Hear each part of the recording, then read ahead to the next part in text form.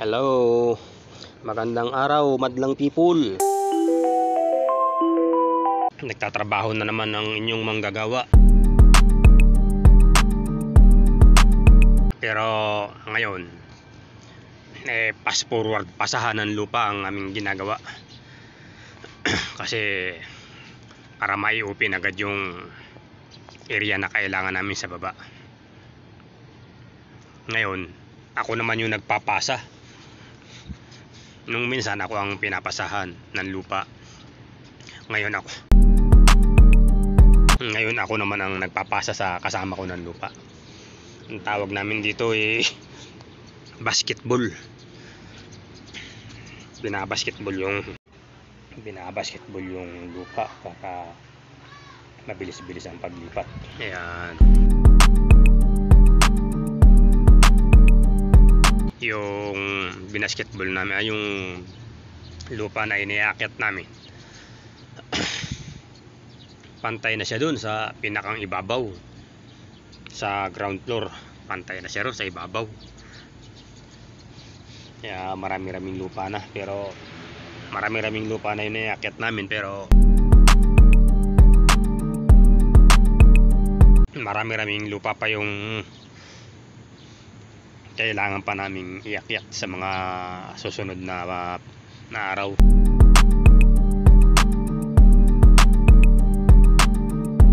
Bale, isang parte pa lang ng hukay, ang kapirasong bahagi pa lang ng hukay ang nailalagay namin sa tamang elevation. Hindi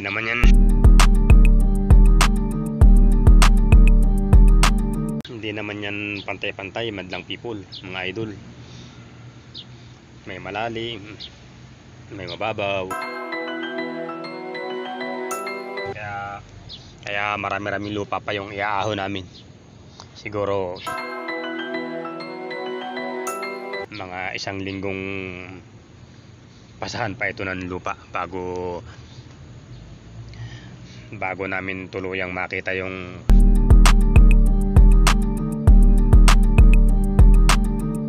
kailangan naming elevation. Nakakalibang lang pagka ganito yung sitwasyon.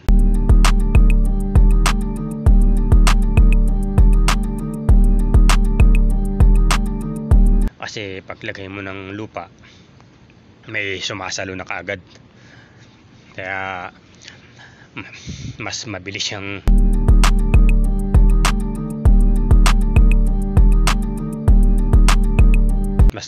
nakakarating doon sa taas, sa ibabaw. Kaya ayan na yung aking supply ng krudo. Alam nyo po medyo mahirap magbaba ng krudo rito, kaya hose na lang na mahaba ang ginagamit namin. Binababa na lang yung hose na mahaba dito galing doon sa ibabaw, at patutuloy na lamang dito sa ibaba yung krudo. Araw-araw yan mga idol, isang drum na krudo ang kinakailangang isalin para makapagtrabaho ng tuloy-tuloy.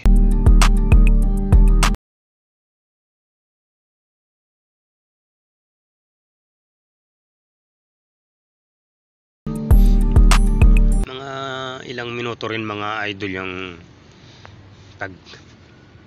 pagkakarga ng krudo na yan.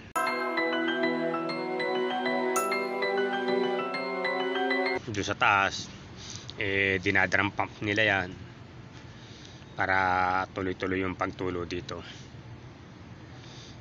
Kaya medyo pahinga muna ng bahagya. Yan yung pinakapahinga natin mga idol, yung pagsasali ng krudo, pagmuya-nguya ng pampalis ng antok, yung mga pampalipas oras. Yun yung pinakapahinga. Kasi sayang yung oras na nandito ka na rin lang sa ilalim, di trabahuhin yung mga dapat trabahuhin. Kaya nga tayo nandito para magtrabaho. Kaya sige, higo lang ng go.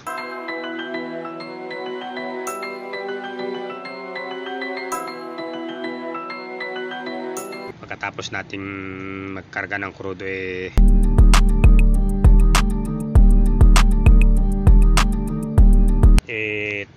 tutuloy-tuloy lang natin yung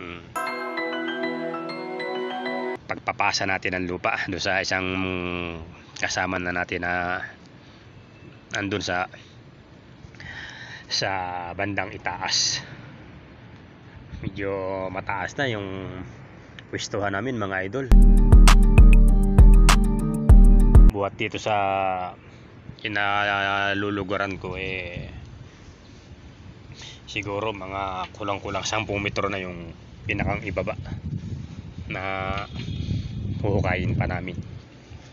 Bali ang pinakang lalim ng huhukayin namin dito mga idol ay 24 meters. Yan, 24 metro. Kaya medyo nasa 21 pa lang kami. So may 3 metro pa kaming kulang. Pero basta maganda lang lagi ang panahon.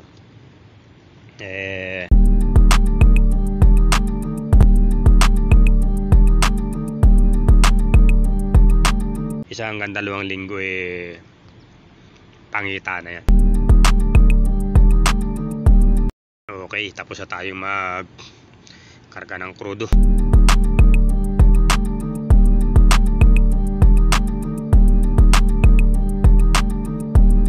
Tuloy lang natin yung ating pagpapasa ng lupa doon sa taas. Marami-rami naman yung napalagay, pero hindi pa rin napuno yung tangke natin mga idol. Pero sapat na yan para makatrabaho maghapon.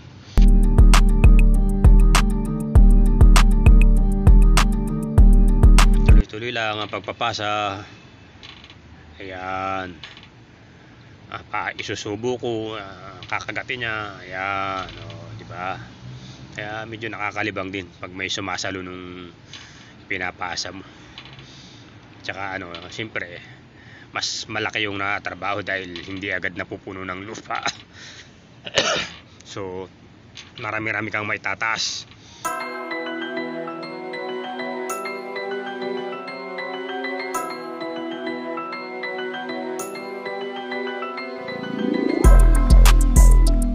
Isipin mo yung isang unat ng bako na yan mga idol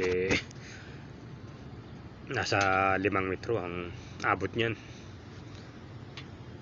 Tapos yung subo niya another 5 metro. Kaya halos 10 metro rin yung tinatravel ng lupa. Kaya kung dalawa kami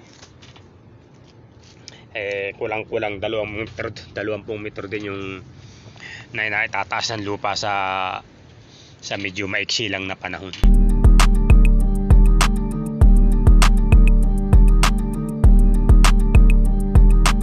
Napakaraming lupa nito mga idol, panambak. Pero yan naman lupa na yan rin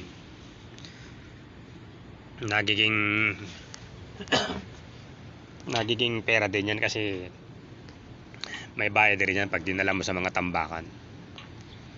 Kaya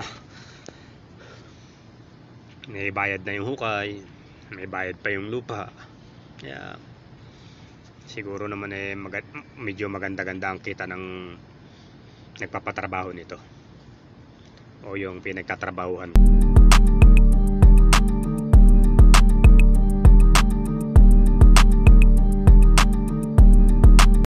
Tuloy lang tayo mga idol.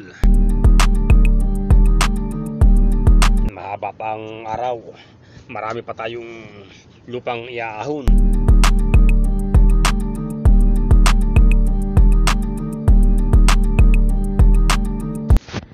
Kung gusto mo ng lupa, magsabi ka lang sa akin at ipa-LBC ko ang lupa. Lalagay natin sa sobre para mabilis lang. Diba mga idol? Ayan. Talagang matarik na mga idol.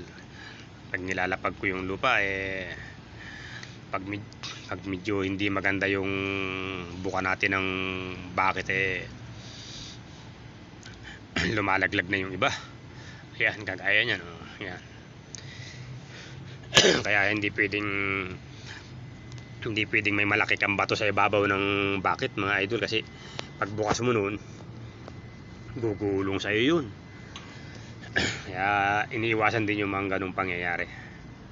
Ayan.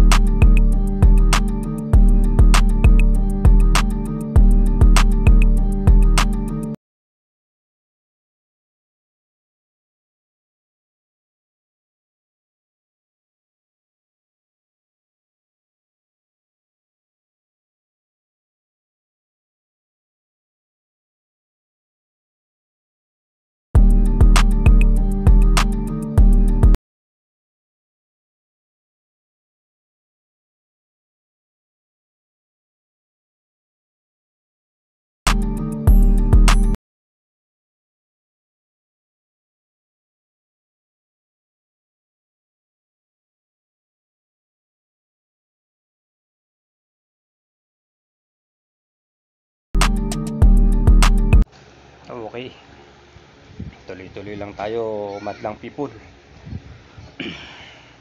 Salok, pasa, tuloy-tuloy lang hanggang sa makarami tayo ng natatrabaho.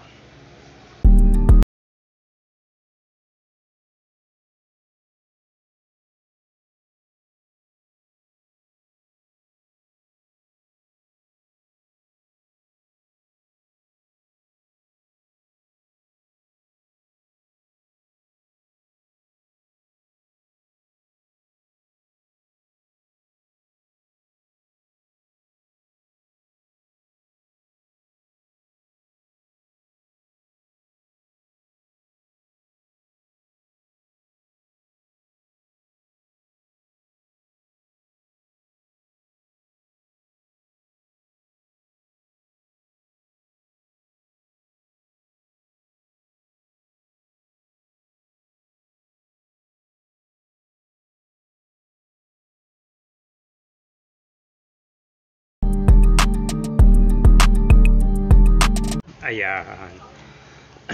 Kung nakarating kayo sa bahagi ng video na ito, mga idol, maraming salamat sa inyong panonood. Diyan po lamang kayo at muli akong magbabalik para makapaglagay pa tayo ng iba pang mga video na napaglilibang-libangan nating panoorin.